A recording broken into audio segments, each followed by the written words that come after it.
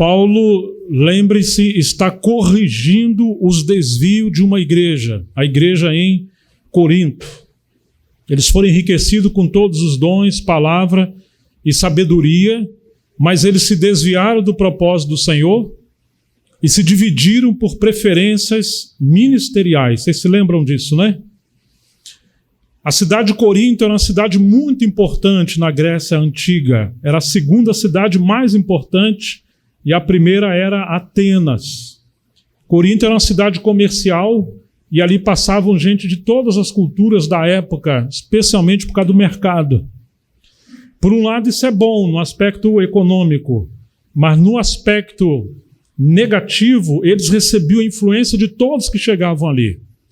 De maneira que tinha um ditado que se dizia assim: ele é tão sábio como um Corinto, porque os coríntios eram muito eloquentes, cultos. Mas ao mesmo tempo se dizia: ele é tão imoral, tão degenerado como um Corinto. Ao mesmo tempo que a sabedoria era muito alta, a degradação era muito baixa. E eles estavam recebendo a influência de todas aquelas culturas da época. Uma igreja estava tomando a forma do mundo. Uma igreja local estava tomando a forma de outras culturas e religiões. E esse também é o problema que temos hoje. Nós podemos ser seduzidos a imitar, a querer fazer o que os outros estão fazendo. E os meninos quase sempre são assim, têm facilidade de seguir todo o vento de doutrina e novidades que aparecem. Então Paulo está lembrando que quando ele esteve entre eles, ele foi anunciar o testemunho de Deus. Presta atenção nisso. O testemunho de Deus. O que Deus fala? O que Deus pensa? O que Deus quer? Qual é o seu propósito? O que Deus está se propondo a colocar diante de nós nesse tempo? E nós não vamos achar nenhuma novidade. Tudo que Deus quis, fez e falou está aqui, nas Escrituras Sagradas. O que é restauração? Restauração é voltar ao que era novamente. Porque houve um declínio, houve um afastamento em apostasia. E Deus está nos chamando de volta. Constantemente as pessoas me perguntam: Jéssica, o que você acha sobre isso, sobre aquilo? E quase sempre as perguntas não têm a ver com o que Deus pensa, com o que Deus diz, com o que é mais importante para Deus. E isso me chama muita atenção, que nós às vezes estamos sendo distraídos com muitas coisas que não são as coisas fundamentais. Pare de se importar com o que os outros falam, com o que você ouviu dizer, com o que os outros estão fazendo. Procure saber qual é o testemunho de Deus. Porque um dia tudo vai queimar no fogo do juízo. E só o que foi edificado em ouro, prata e pedras preciosas vai suportar o calor do juízo de Deus. Tudo aquilo que for palha, feno ou madeira, ou seja, empolgação humana, opinião humana, sabedoria humana, boas intenções, isso vai se queimar. Então não podemos perder tempo. Se nós ouvirmos o que Deus diz, nós vamos nos tornar o testemunho de Deus. Deus falou o seu testemunho por meio dos apóstolos, e o seu testemunho é o seu Filho. É o que Deus fez no seu Filho. E à medida que nós vamos sendo edificados, constituídos pela palavra, a igreja vai se tornando o testemunho do Senhor. Se nós não ouvirmos a palavra, nós vamos nos tornar o testemunho de qualquer outra coisa, mas não o testemunho do Senhor. Então, quando nós olhamos hoje, temos tantas influências, mas muitas das vezes essas influências são reprovadas pelas Escrituras. Hoje o Senhor está nos chamando à responsabilidade espiritual. Amém? Paulo foi anunciar o testemunho do Senhor, e ele diz no verso 2, eu nada decidi saber entre vocês, a não ser Jesus Cristo e este crucificado. E esse é o nosso assunto agora. O que Cristo crucificado tem a ver com o que nós estamos fazendo aqui em Manaus, com o que os irmãos estão edificando, ensinando, praticando, inclusive cantando? Qual é a relação da palavra de Deus com o que nós estamos fazendo? De onde têm vindo as nossas influências nesses dias? Como tem sido pautada a condução que nós temos nesses dias? Vocês me entendem? Paulo está dizendo que ele quis saber isso, ele não quis saber de muitas coisas. Não importa se é uma multidão de milhares de pessoas. A única coisa que importa é se temos o testemunho do Senhor. É se temos a aprovação do Senhor. Vocês se lembram que o povo de Deus foi levado cativo para a Babilônia. Lá a palavra de Deus foi deixada de lado. O altar do Senhor foi deixado de lado. E eles tomaram a forma de Babilônia. Agora eles aprenderam muitas coisas que são pagãs. E quando eles voltaram para Jerusalém, eles tiveram que abandonar aquelas coisas e reaprender tudo de novo. E nós estamos nesse tempo onde precisamos pregar o evangelho para o povo de Deus. O povo de Deus precisa ser reevangelizado para voltarmos ao evangelho do reino. E é isso que Paulo está fazendo em 1 Coríntios. Ele está pregando o evangelho para cristãos que se desviaram do propósito de Deus em Cristo, conforme as Escrituras. E enquanto muitos homens querem ser fortes, Paulo diz, eu fui até vocês em fraqueza. Temor e grande tremor que eu estive entre vocês. Paulo esteve doente, Paulo esteve fraco, esteve amedrontado, Paulo não confiava nele. Inclusive, em 2 Coríntios, ele diz que foi-lhe dado um espinho na carne. E era como um demônio que atormentava Paulo. Ele orou ao Senhor 3 vezes para o Senhor tirar. O Senhor falou, Paulo, a minha graça te basta, porque o meu poder se aperfeiçoa na fraqueza. Então ele tinha alegria, contentamento quando estava fraco, atribulado, sendo perseguido, porque ele sabia que o poder se aperfeiçoa na vida dele. Os coríntios queriam ser fortes, queriam ser os maiores, queriam ser os melhores, porque eles não conheciam a cruz de Cristo. Eles não conheciam a obra de Deus na cruz. E agora Paulo está dizendo, eu nada me propus saber entre vocês, irmãos. Nesses dias nada devemos querer saber, a não ser Cristo. A não ser o que tem a ver Cristo com as nossas coisas. Amém, queridos? Esse é o segredo, esse é o alvo. Fica aí. Ele é o caminho, a verdade e a vida. Não temos outro caminho. A minha palavra e a minha pregação, verso 4, não consistiram em linguagem persuasiva de sabedoria, mas em demonstração do Espírito e poder, para que a fé de vocês não se apoiasse em sabedoria humana, mas no poder de Deus. Paulo não estava preocupado com eloquência, com sofisma, com filosofia, com conhecimento. Ele não queria trazer ninguém para seguir a ele, ele não queria impressionar ninguém. Ainda que Paulo era muito culto, um poliglota, falava várias línguas, conhecia história, poesia, matemática, o grego, o hebraico, o aramaico, o latim. Paulo era um homem culturalmente num nível mais alto. Sabe o que Paulo fez? Considerou isso tudo como esterco. Não se envaideceu por isso. Ele era um judeu, em outras palavras, perfeito. Tão zeloso que ele perseguiu a igreja de Deus, mas ele não queria impressionar ninguém. Ele não queria mexer com as emoções de ninguém. Hoje o nosso ensino, nossas pregações, nossa liderança, a maneira de fazer as coisas é para impressionar as pessoas. Isso é coisa da carne, isso não muda a vida de ninguém. A igreja não é um lugar para agradar homens.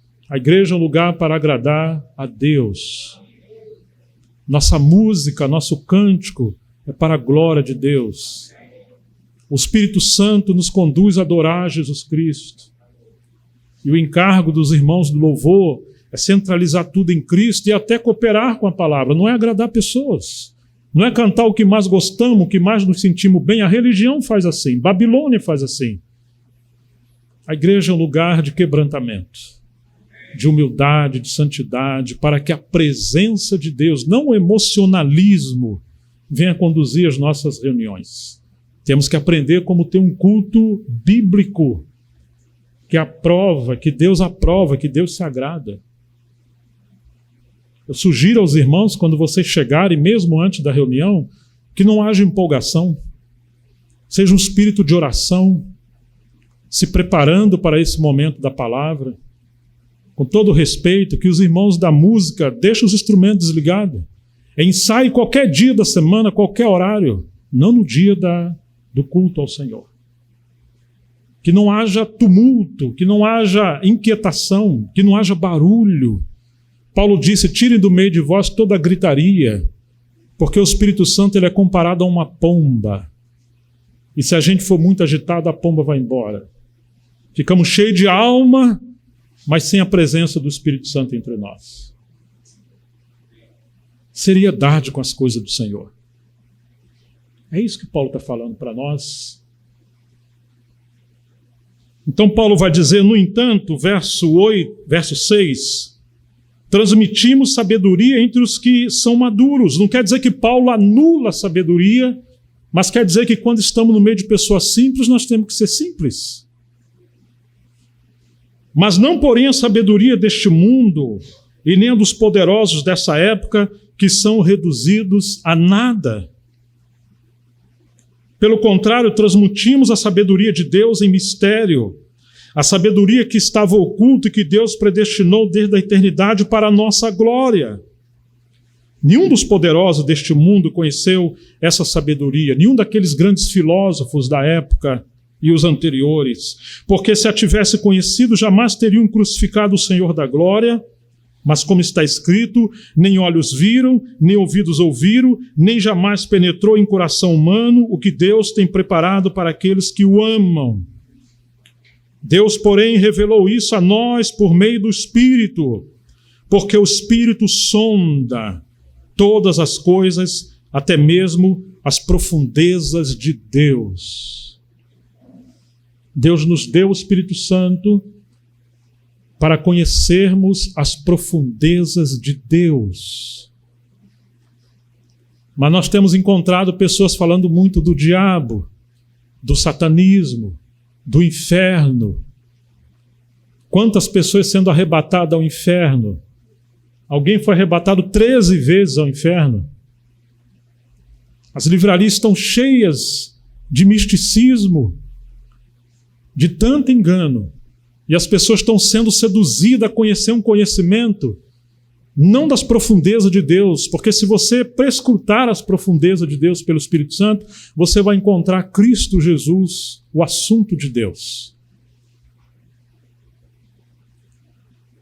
É muito sutil, irmãos, todo esse movimento sobrenatural que nos tira daquilo que é central para Deus.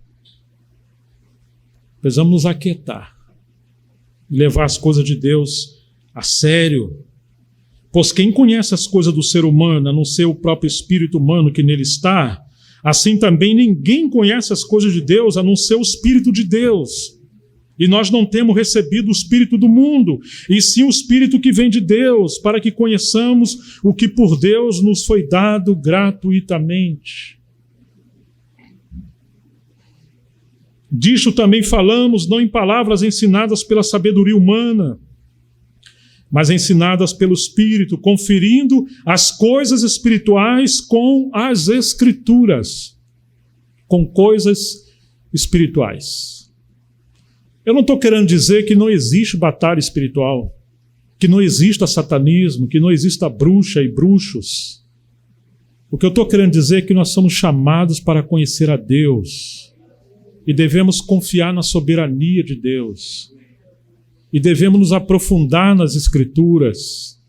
E devemos crer que o Espírito Santo nos conduz com equilíbrio para as coisas que produzem vida e edificação. E aonde houver o Espírito de Deus, aí haverá ordem, haverá graça, haverá unidade, haverá confiança, não haverá confusão, porque Deus não é Deus de confusão. Ele não semeia discórdia entre os irmãos, dúvidas, medo, pânico. Não. Precisamos considerar essas coisas. E aí segue Paulo dizendo, disso também falamos, verso 13, não em palavras ensinadas pela sabedoria humana, mas ensinadas pelo Espírito, conferindo coisas espirituais com as espirituais. Quando vocês ouvirem as coisas, perguntem: onde está escrito? Onde você leu? De que fonte veio isso? E vamos ver que muitas coisas não passam pelo crivo das Escrituras. Não se empolguem. Não sejam como crianças sendo levados de um vento para o outro de doutrina. Agora presta atenção que nós temos 3 classes de pessoas que estavam circundando, se movendo na igreja em Corinto. E essas pessoas, essas 3 classes, se movem até hoje. Diz assim: ora, a pessoa natural ou o homem natural não compreende as coisas do Espírito de Deus e para ele lhe parece loucura. E ela não vai entender, porque as coisas espirituais se discernem espiritualmente. Em primeiro lugar, nós tínhamos aqui em Corinto pessoas naturais. O que significa pessoas naturais? Significa pessoas que nunca nasceram de novo, não foram regeneradas, não são filhos de Deus. Às vezes estão congregando, estão participando dos cultos, falam algumas coisas, mas não nasceram de novo.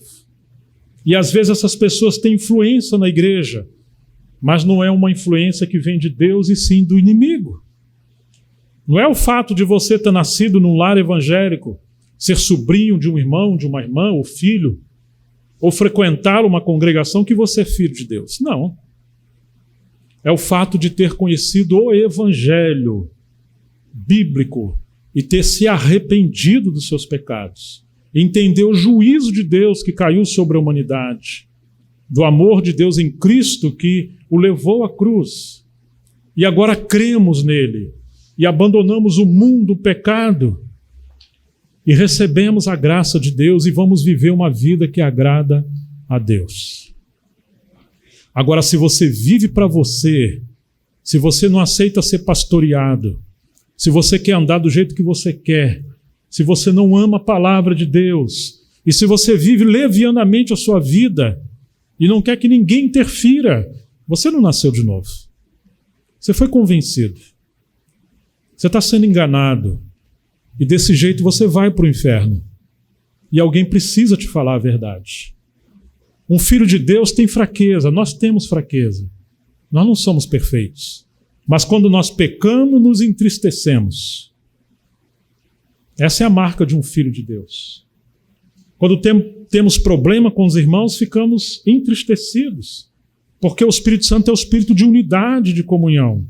Mas aquele que não nasceu de novo, ele não tem consciência de pecado, ou ele não liga com o pecado. Ele gosta da igreja, como alguns gostam de qualquer uma outra religião. Ele se sente bem ali, mas a igreja não é um lugar para você se sentir bem, ainda que temos paz. A igreja é um lugar para fazermos a vontade de Deus, para que Deus tenha glória. E muitas das vezes, nós não vamos ficar bem, porque o primeiro critério para alguém ser um discípulo e seguir o Senhor, Jesus falou: se alguém quiser vir após mim, em primeiro lugar, faça o quê? Negue-se a si mesmo, tome sobre si a sua cruz e... Não é para seguir suas emoções, eu estou sentindo, eu não acho, eu não concordo, eu não penso assim. Não, isso não é um discípulo. O discípulo é aquele que nega a si mesmo, toma a sua cruz. Deus não está a seu favor, Deus está a favor de Cristo. E siga o Senhor, e Ele te dará graça para você viver uma vida que agrade a Deus. Então Paulo está dizendo das pessoas naturais, que não têm temor a Deus e se envolviam com a igreja, e por isso tinha tanta confusão na igreja, porque não entendem as coisas do Senhor.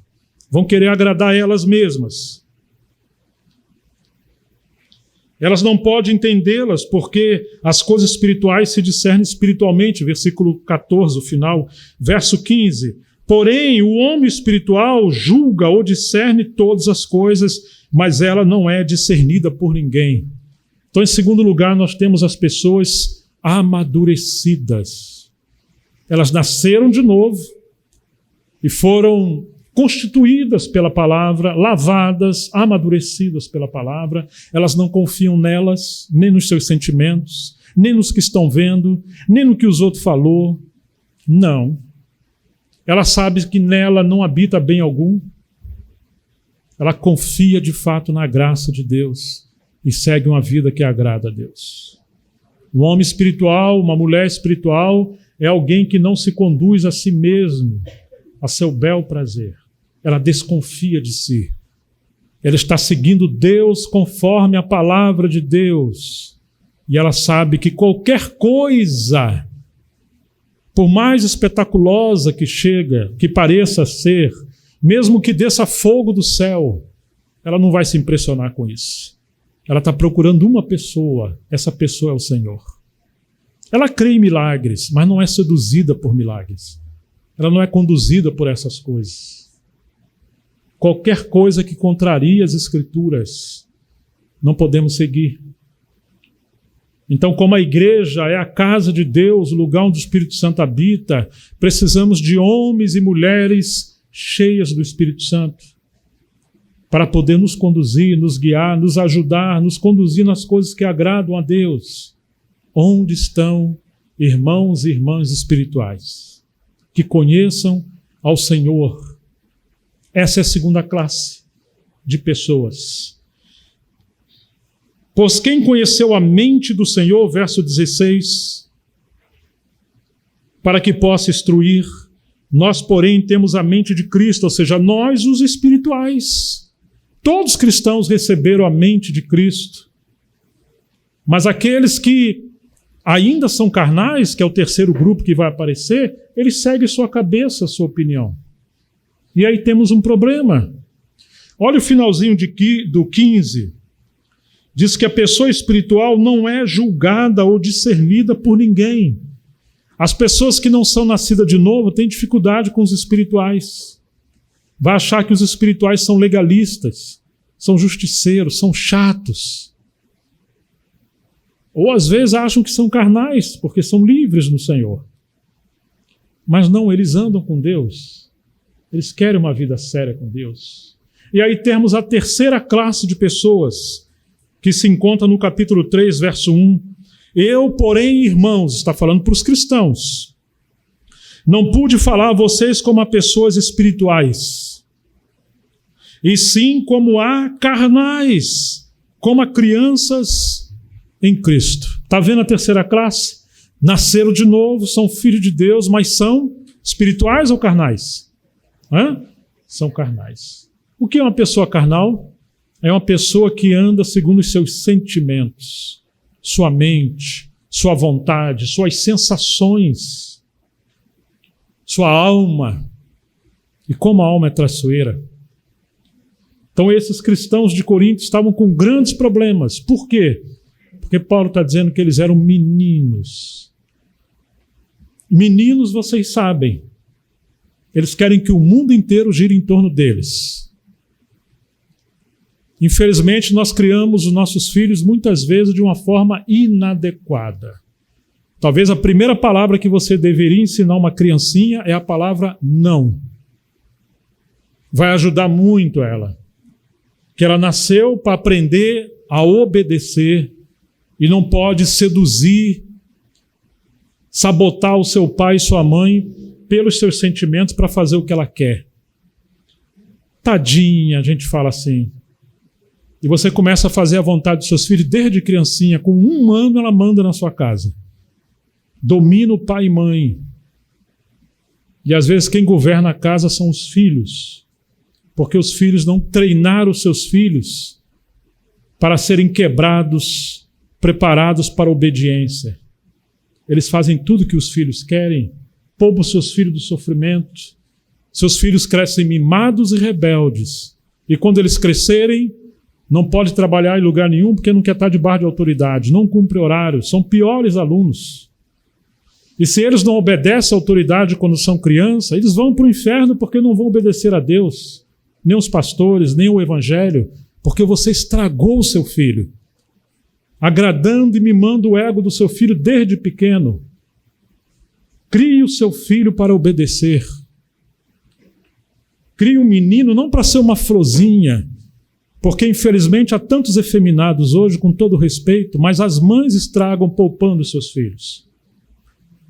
As mães são advogadas dos seus filhos, precisam ser, mas não para o mal, e sim para o bem. Eu tive 3 filhas. Aí quando uma caía, a minha mãe falou assim, ai, caiu. Eu falei, não fala coitadinha não. Abriu a cabeça, está sangrando. Olha de rabo de olho. Não, então deixa, não levanta não. Porque vai cair muitas vezes na vida. Deixa ela levantar. Não poupa. Não quer dizer que você não vai amar. Mas você não vai criar uma criança mimada. Às vezes a Mira falava assim, bem, você está nervoso? Eu falei, não, eu só sou homem dentro de casa.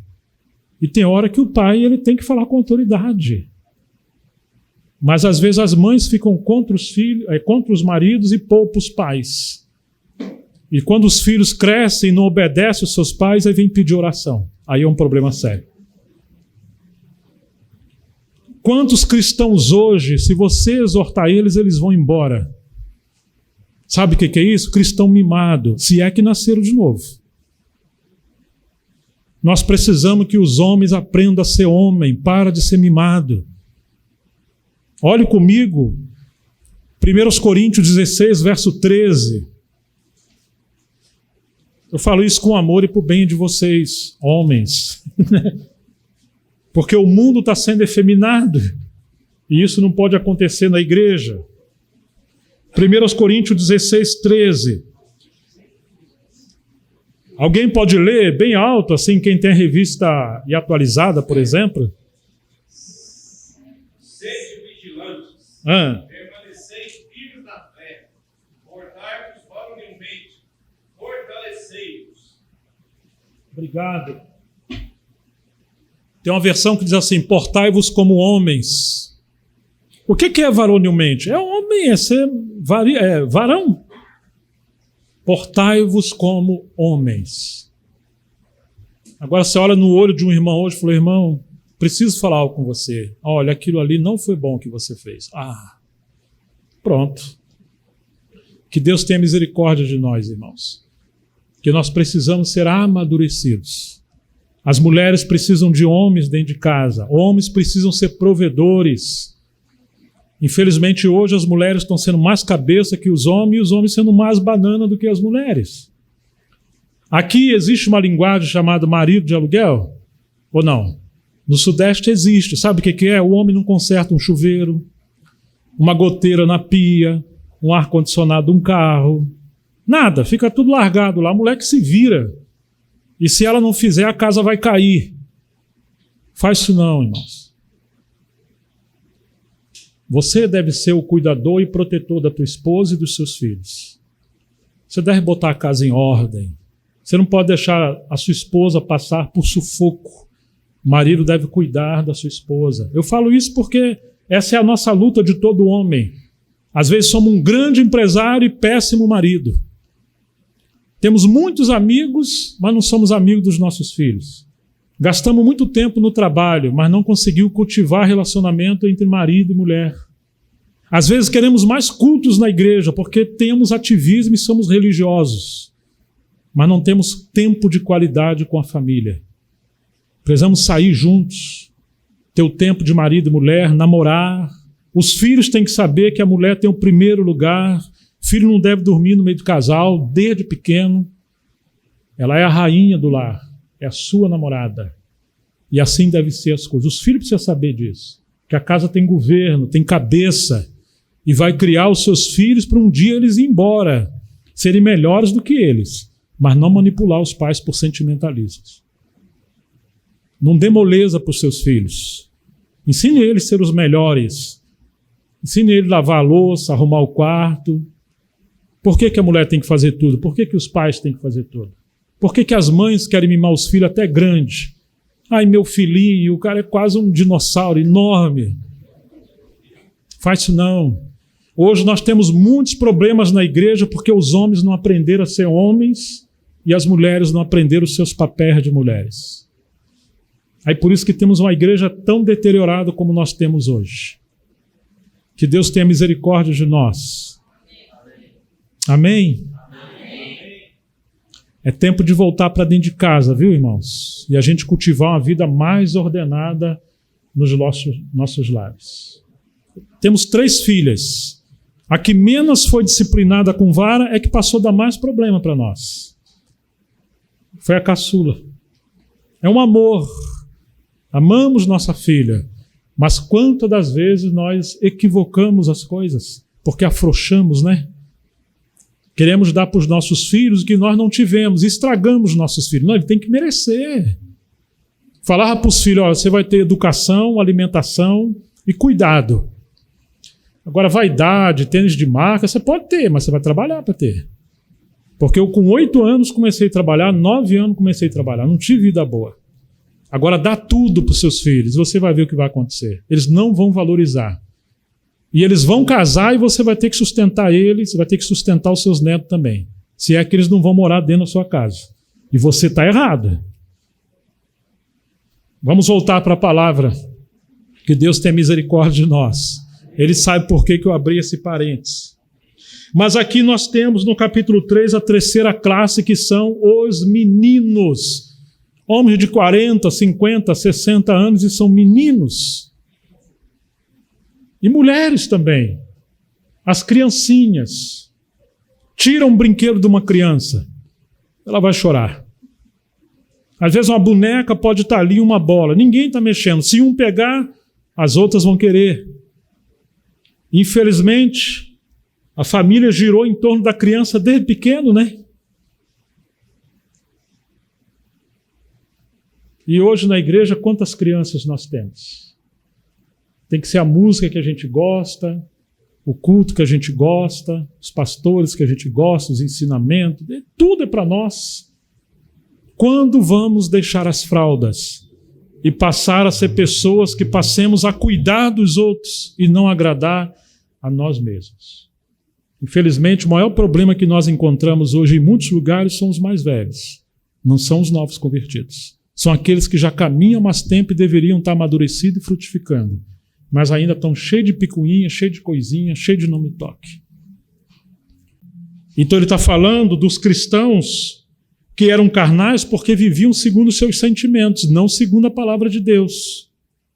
E aí Paulo vai dizer assim, 3:2, eu lhes dei leite para beber, eu não pude dar alimento sólido, comida sólida, porque vocês ainda não podiam suportar e nem agora podem, porque vocês ainda são carnais. 1 Coríntios 3, versículo 2. Quantos irmãos mais velhos e irmãs não têm compromisso com a palavra de Deus, não lê a palavra de Deus? E Paulo está dizendo, eu não pude colocar alimento sólido na mesa, porque vocês são criancinhas. Tem que dar leitinho. Já tinha recebido leite. Nós precisamos avançar. Amém? Precisamos de compromisso sério com a palavra, com o propósito do Senhor. Porque se há ciúmes e briga entre vocês, será que isso não mostra que vocês são carnais e andam segundo os padrões humanos ou a natureza humana? Quando nós temos ciúmes, partidos, desconfiança, divisões, desconfiamos de irmãos. E agora nós temos preferência por algumas coisas, mas aquelas coisas não promovem a glória de Deus, aquelas coisas estão satisfazendo nossas inclinações. Isso é sinal de que nós somos carnais, seguindo a carne, a natureza pecaminosa, a nossa alma, e não Deus. Nós temos que seguir o Senhor em detrimento de nós. Quem quiser salvar a sua vida, perdê-la-á, mas aquele que aborrecer a sua vida por amor de mim, achá-la-á. E o pensamento grego é: quem amar a sua vida da alma, o seu psique, seu sentimento, sua vontade, a sua mente, você vai perder. Você vai ser menos feliz, com mais transtorno psicológico, sua mente vai ser fraca, sua personalidade vai ser desequilibrada, porque você está vivendo uma vida em torno de você. Você é como o tempo de verão, tempo instável, sujeito a chuvas e trovoadas. Uma hora você está bem, outra hora você está mal. Uma hora você parece uma pessoa que vai ser arrebatada, outra hora parece que você está no inferno.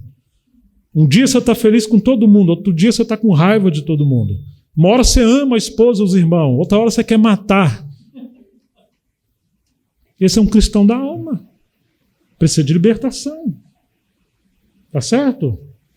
Mas aquele que aborrecer a si mesmo, aquele que não agradar a si mesmo, mas se agarrar à graça e à palavra de Deus, ele vai ter uma vida equilibrada, porque ele vai passar a viver pela vida de Cristo que habita nele. Ele vai crescer e se torna alguém idôneo e confiável. E Paulo está dizendo que eles não eram confiáveis, porque eles queriam viver uma vida que agradava a eles mesmos. Quando alguém diz, eu sou de Paulo, outro diz, eu sou de Apolo, não é evidente que vocês andam segundo os padrões humanos? Quando vocês têm preferência de seguir pessoas? Imagina, o irmão vem falar uma palavra e fala uma palavra maravilhosa. Aí você fala, puxa, a reunião foi uma bênção. Aí no outro dia vem um outro irmão e lê a Bíblia. Como é que foi a reunião? Foi boa. Pronto. Você começa a ter preferência por irmãos. Nós somos um corpo. E a palavra de Deus é uma só. Todos os irmãos e irmãs são úteis na igreja. Cada um na sua medida, na sua porção. Há muitos serviços que inclusive não aparecem na reunião da igreja, mas todos os irmãos são importantes. E nós precisamos discernir Cristo na vida dos irmãos e das irmãs. É claro que tem gente que tem ministério. Se alguém não sabe tocar, pegar um teclado, vai ser ruim ouvir. E todos os serviços são assim, você deve procurar servir onde você tem graça. Claro que se alguém não tem o dom da palavra, não vai ser tão simples ele expressar a palavra e não vai trazer tanta edificação. Mas o que eu quero dizer é que nós não podemos ter preferências por irmãos e irmãs em detrimento dos outros. Tem cristão que fala assim, o meu anjo da guarda não vai bem com aquela pessoa, o meu gênio, o gênio da lâmpada Aladim. Eu não me dou bem com aquela... É porque você é carnal. Não podemos ter um clube dentro da igreja. Aqui somos nós, aqui aquela panelinha, e não se dá bem com outros. Isso é coisa da carne. Eu vou muito bem com aquela irmã, mas com aquela outra, Deus que me defenda. Tomara que não venha falar comigo. Isso é carne. Vocês estão me entendendo? Devemos querer que Deus escolha as pessoas para nos presidir. Não somos nós que escolhemos. Um dia Samuel foi eleger um rei e foram trazendo os filhos de Jessé. Ele falou, deve ser esse, porque era grandão, de boa aparência. Ele falou, não é ele, não. E nem esse. Eu não sou como homem que olho a aparência do homem. Eu olho o interior, o coração. E quem Deus escolheu foi aquele que ninguém escolheu. Davi, pequenininho, franzino, estava apacentando ovelhas. Deus vai escolher e vai honrar pessoas que estão cuidando de vidas, se importando com pessoas. Não estão buscando título, uma posição, uma liderança, nem benefício, nem dinheiro, nem nada. Eles servem por amor e para a glória de Deus. Então Paulo está dizendo, vocês são carnais. Quem é Apolo? Verso 5. E quem é Paulo? São servos por meio de quem vocês creram, e isso conforme o Senhor concedeu a cada um. Eu plantei e Apolo regou, mas o crescimento veio de Deus. Ninguém faz tudo. De modo que nem o que planta é alguma coisa, nem o que rega, mas Deus que dá o crescimento. Ora, o que planta e o que rega são um, mas cada um receberá a sua recompensa de acordo com o seu próprio trabalho. Um dia Deus vai recompensar, não é hoje, não é agora. Um dia Ele vai recompensar a cada um segundo o trabalho, o serviço que cada um de nós estivermos fazendo, e quando fizer, não procure chamar a atenção das pessoas. Faça para Deus. Não espere o louvor dos homens. Ele é o teu Senhor, que te vê trabalhando em secreto. Porque nós, os obreiros, somos cooperadores de Deus, e vocês são lavoura de Deus e edifício de Deus. O edifício precisa ter manutenção, e a lavoura precisa ser adubada, cuidada, podada. Deus vai podando as coisas pela palavra. Segundo a graça de Deus que me foi dada. E aqui está um segredo. Paulo trabalhou, todos eles trabalharam porque Deus deu a graça. Não é porque eles quiseram. Não é porque eles falaram, a partir de agora eu vou fazer. O outro faz, eu posso fazer também. Não. É Deus que concede a graça. Segundo a graça de Deus que me foi dada, lancei o fundamento como sábio construtor, e outro edifica sobre ele, porém veja cada um como edifica. Em primeiro lugar, lança o fundamento. Se quisermos ser uma igreja amadurecida, os fundamentos precisam ser revistos e estarem bem adequados, bem lançados. E aí outro edifica sobre ele. Todos nós somos chamados para edificar. Mas temos que edificar sobre o quê? Sobre o que nós achamos? Sobre o que você sente? Sobre o que você acha melhor? Sobre o que acha mais adequado? Não. Vai cair isso aí. Temos que edificar sobre o fundamento. Amém? Uma casa é edificada sobre os fundamentos. E ele vai dizer assim, verso 11, porque ninguém pode lançar outro fundamento além do qual foi posto, o qual é Jesus Cristo. Não pode levar nada adiante que não comece com Cristo. Não esteja fincado, alicerçado em Cristo. Devemos sempre nos perguntar o que Cristo tem a ver com isso, que estamos trazendo, propondo trazer, propondo fazer. E aí, esse fundamento, vocês lembram de 1 Coríntios 1,9, que diz, para isto foste chamados. Nós somos chamados a quê? Quem que lembra? A comunhão do Filho de Deus, o nosso Senhor Jesus Cristo. E nós aplicamos isso em 3 partes, né? Comunhão com o quê? Sua pessoa. O que mais? Sua obra e seus ensinamentos. Muito bem, suas palavras. Sua pessoa, sua obra, suas palavras. Esses são os fundamentos. Então Paulo vai dizer, ninguém pode lançar outro fundamento, além do que já foi posto, o qual é Jesus Cristo. Quando nós centralizamos a obra de Deus no homem, estamos querendo colocar um outro fundamento? E agora todo mundo vai girar em torno dessa pessoa? E não pode. O Senhor vai fazer alguma coisa para que nós voltemos totalmente para Cristo Jesus, o nosso Senhor. Verso 12, se alguém edifica sobre o fundamento. Então agora ele vai falar os materiais que nós vamos edificar ou podemos edificar. Verso 12, se alguém edifica sobre o fundamento, o que alguém edifica sobre o fundamento é ouro, prata, pedras preciosas, madeira, feno ou palha.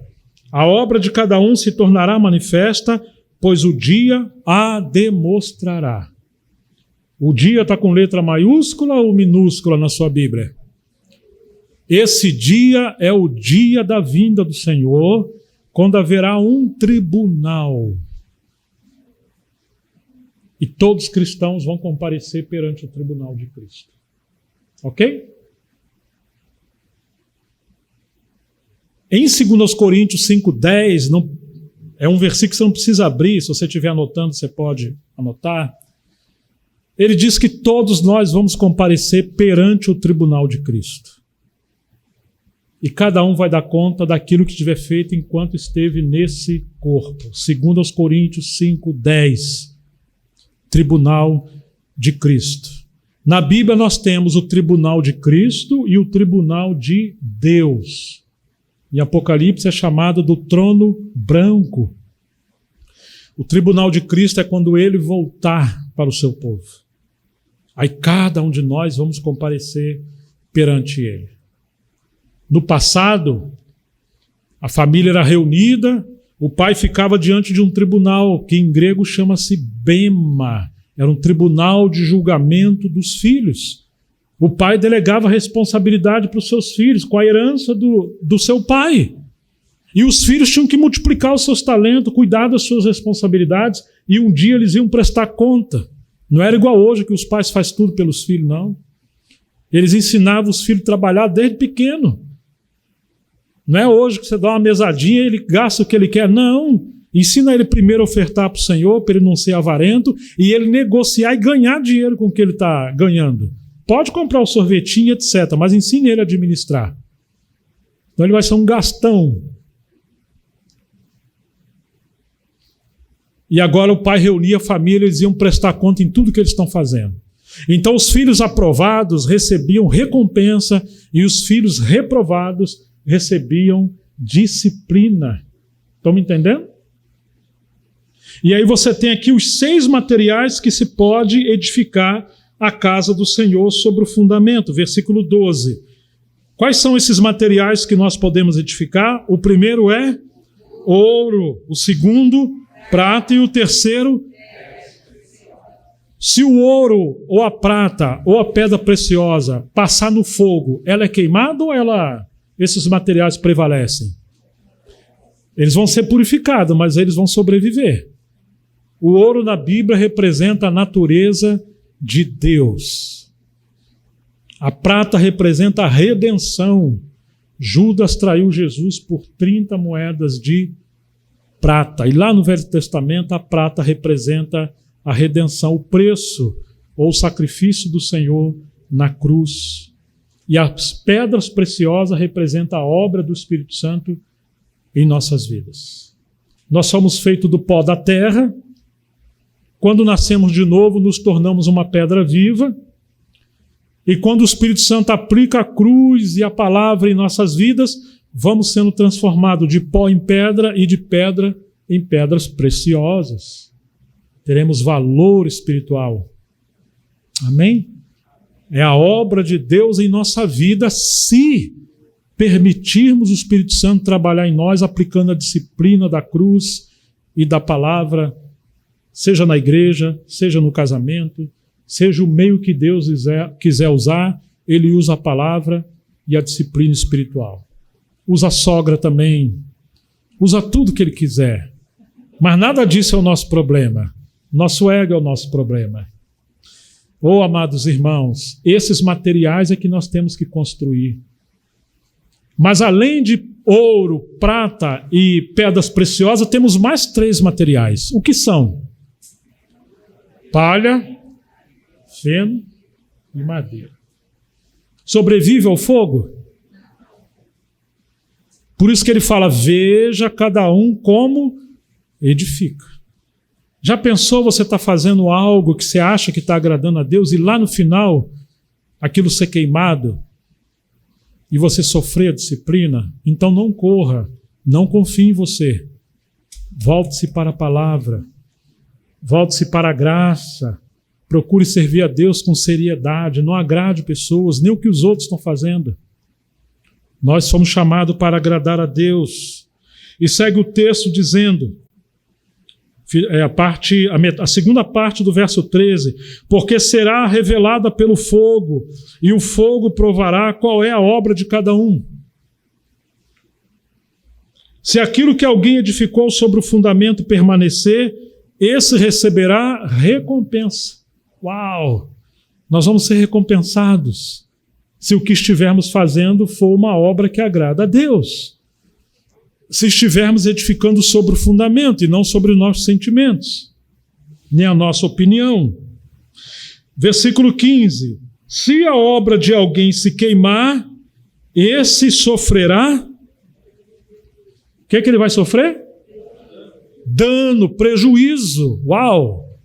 Então haverá disciplina para o cristão na volta de Cristo. Põe sua barba de molho, não pode levar uma vida de qualquer maneira. Somos salvos pela graça, graças a Deus, mas somos salvos para edificarmos a casa de Deus. Somos salvos não simplesmente do inferno, mas do individualismo de nós mesmos. Somos salvos para Deus e não para nós. Não somos salvos para viver uma vida boa aqui. Nós somos salvos para agradar a Deus. Um dia teremos a eternidade para nos contentar.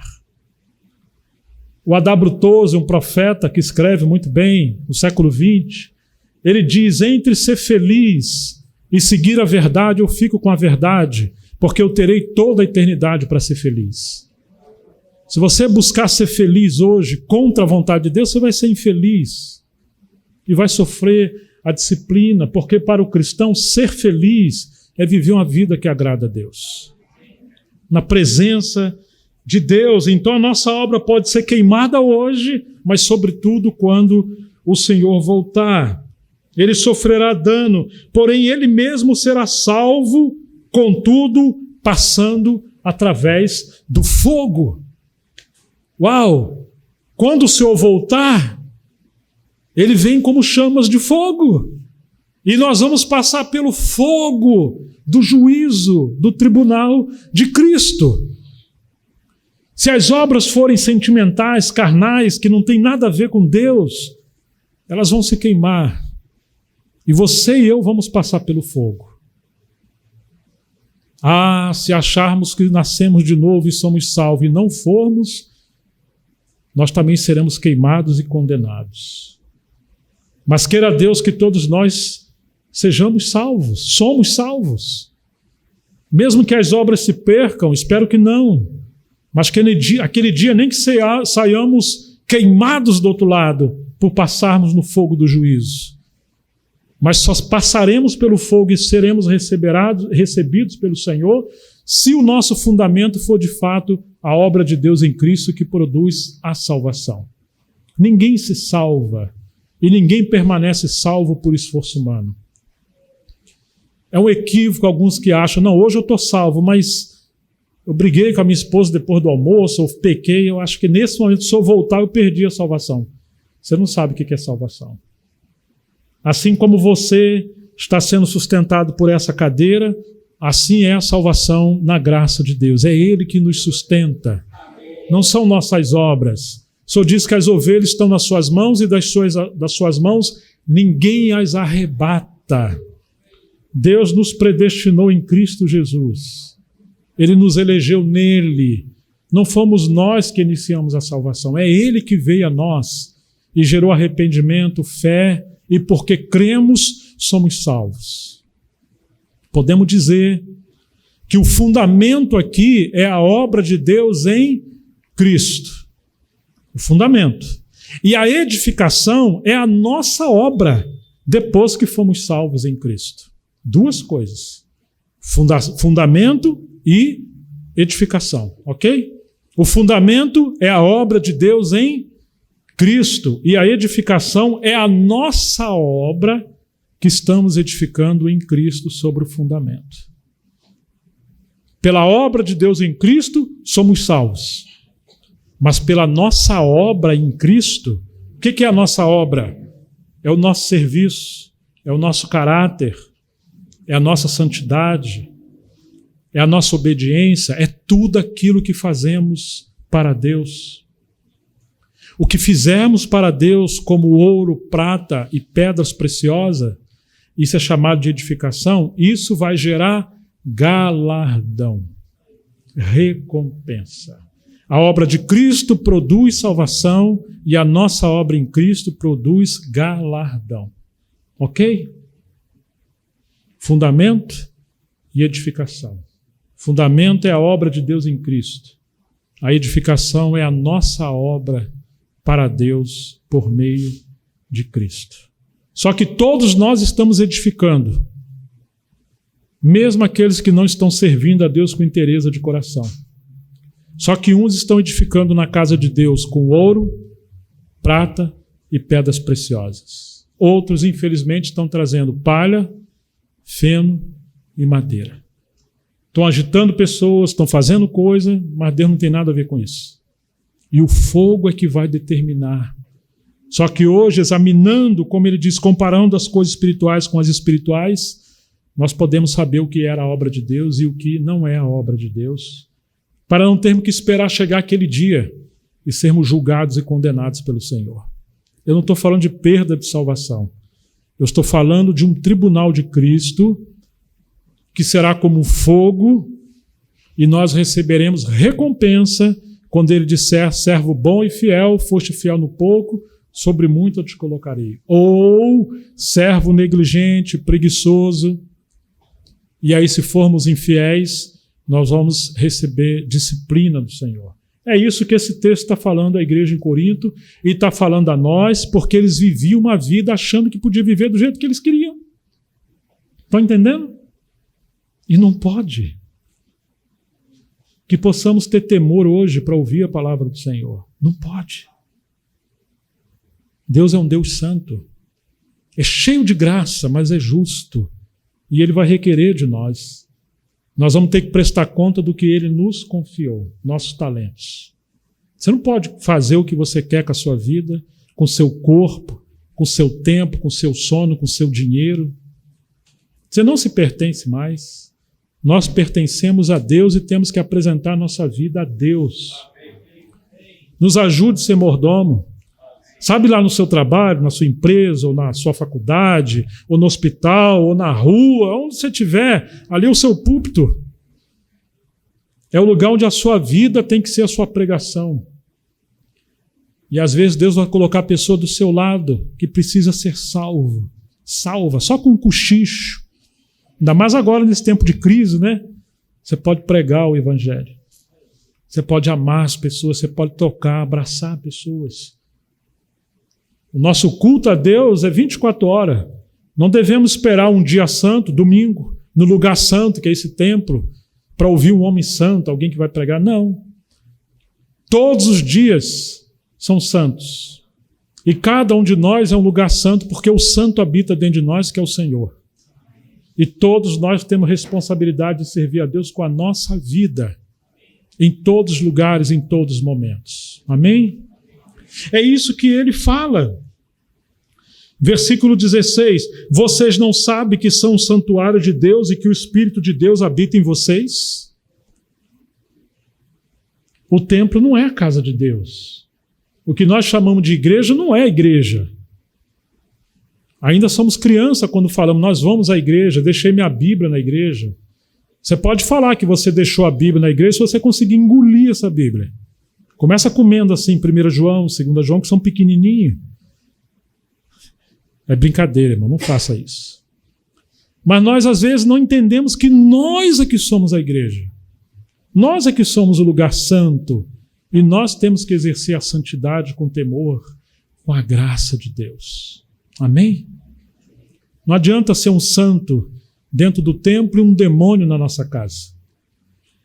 Uma vez, uma mulher chegou com um caminhão na frente de casa, começou a botar os móveis dentro da igreja, entre aspas, dentro do templo. Eu falei, mas o que é isso? Eu falei, eu estou me mudando para cá, porque aqui meu marido é um santo, e lá em casa ele é um demônio. Eu quero morar com esse homem que ele é aqui dentro, mas não que ele é lá em casa. E era o pastor, né? Misericórdia, irmãos. Vocês não sabem que são o santuário de Deus e que o Espírito de Deus habita em vocês? Se alguém destruir o santuário de Deus, o que diz a Bíblia? O que diz a Bíblia? Deus o destruirá. Cuidado quando você abrir a sua boca para falar de um irmão, de uma irmã, de uma situação. Você está tocando na casa de Deus. Saulo assolava os santos. E o Senhor falou, Saulo, Saulo, por que me persegue? Ele não sabia que estava perseguindo o Senhor. Dura coisa é recalcitrar contra os aguilhões. Quando nós falamos, quando nós tocamos, não importa quem seja, nós estamos tocando na casa do Senhor. Cuidado. Se o que você fizer gerar dano, inquietação, transtorno, divisão, prejuízo, se você destruir a casa de Deus, Deus pode destruir você. Você pode cair debaixo da mão disciplinar do Senhor. Não faça as coisas de qualquer maneira, do jeito que você quer. Porque o santuário de Deus, que são vocês, é sagrado. Por mais simples, problemático que somos, somos a casa de Deus pela graça de Deus. Que ninguém se engane a si mesmo. Se alguém de vocês pensa que é sábio nesse mundo, faça-se louco para se tornar sábio, porque a sabedoria deste mundo é loucura diante de Deus, pois está escrito, ele apanha os sábios na sua própria astúcia, e também o Senhor conhece os pensamentos dos sábios e sabe que são pensamentos vãos. Portanto, ninguém se glorie nos homens, porque tudo é de vocês. Tudo. Seja Paulo, seja Apolo, seja Cefas. Não queira apenas Paulo, ou Pedro, ou Apolo. Não, queira todos os filhos de Deus. Não tenha preferência. Claro que Deus nos deu pais espirituais. Deus colocou irmãos e irmãs para servirem como Ele quis. Tem gente que tem vínculo conosco, nem todos têm. Alguns podem ter o encargo de abrir a palavra como um mestre, mas não necessariamente ele é um pai espiritual. Deus sabe como colocou cada um, mas nós não podemos fazer acepção de pessoas, porque tudo é nosso. Seja Paulo, Apolo, Cefas, seja o mundo, seja a vida, seja a morte. A morte também é nossa? É nossa. Por que é nossa? Não tenha medo da morte, porque a morte ela só serve para uma coisa: nos colocar diante do Pai, diante de Deus. Tragada foi a morte na vitória, o Senhor tomou as chaves da morte e do inferno, e Ele agora é o Senhor de todas as coisas, inclusive da morte. Ninguém controla nada a não ser o nosso Senhor. Esse mundo é nosso, o mundo criado, tudo é nosso. Porque Ele é o Senhor de tudo, não temos que ter medo de nada. Temos que confiar em Deus. Alguns acham que é a praia do diabo, porque a praia tem promiscuidade em alguns lugares. A praia é de Deus. Mas procura um lugarzinho mais tranquilo, mais neutro, se você quiser tomar um banho de mar. Tudo é nosso, nós podemos desfrutar de tudo que Ele nos deu. Mas procure ter um ambiente mais adequado para a sua família e não expor seus filhos, sua esposa. Não seja mundano, falar, não, Deus olha o coração e ninguém tem nada a ver com o meu corpo, né? Meu corpo, minha lei. O mundo fala assim. Não, irmãos. As irmãs não podem se vestir como o mundo se veste, nem os homens. Quantas das vezes o jovem já tem problema no mundo com as mulheres seminuas e às vezes tem na igreja também. Os maridos devem ajudar as esposas e os filhos. Meu bem, está muito apertado, está cavado, está transparente, está curto. Teve um irmão que foi pregar que uma vez ele tirou o paletó, pediu licença e cobriu as pernas da irmã. Claro que foi um ato até brusco. Mas às vezes o mapa do Brasil está aparecendo. E as mulheres mais velhas têm que ajudar as mulheres mais novas. Nós não estamos num carnaval. Devemos nos cuidar. Não podemos nos vestir como as filhas de Belial, os filhos de Belial. Até os homens, umas calças tão apertadas, tão baixas, tão justa, tão sensual. Que Deus nos ajude a considerar todas as coisas diante do Senhor.